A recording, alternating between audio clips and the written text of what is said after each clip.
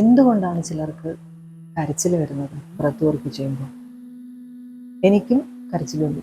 ഞാനും മാക്ക് കരഞ്ഞു ഒരു ബ്രത്ത് വർക്കിൻ്റെ വർക്ക്ഷോപ്പിന് പോയപ്പോൾ. അപ്പം ഞാൻ ആ മാഡത്തിനോട് ചോദിച്ചു എന്തുകൊണ്ടാണെന്ന് ചോദിച്ചാൽ പറഞ്ഞു ഇറ്റ് വിൽ ഹാപ്പൻ എന്ന് പറഞ്ഞു. ബിക്കോസ് ശരീരം നമുക്ക് എക്സ്പ്രസ് ചെയ്യാൻ കഴിയാത്ത ഇമോഷൻസിനെ സ്റ്റോർ ചെയ്ത് വയ്ക്കും.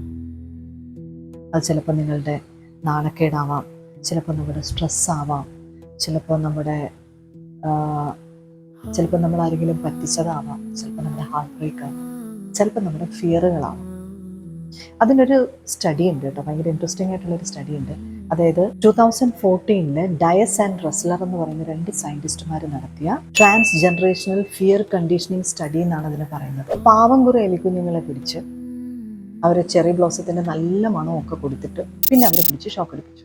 നമ്മുടെ സ്റ്റഡീസൊക്കെ ഇങ്ങനെയാണല്ലോ. ഈ ഷോക്ക് അടിപ്പിക്കുമ്പോൾ അവരൊരു ഫിയർ റെസ്പോൺസ് അവർ കാണിക്കും. ഓക്കെ, സ്മെല്ല് കൊടുത്തിട്ട് ഷോക്ക് അടിപ്പിക്കുകയാണ്. അപ്പോൾ ഫിയർ റെസ്പോൺസ് കാണിക്കുന്നു.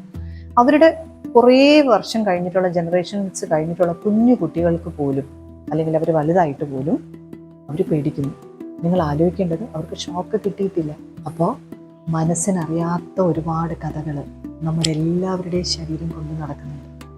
ഈ ബ്രത്ത് വർക്കുകളുടെ പ്രത്യേകത നിങ്ങൾക്കറിയാവോ?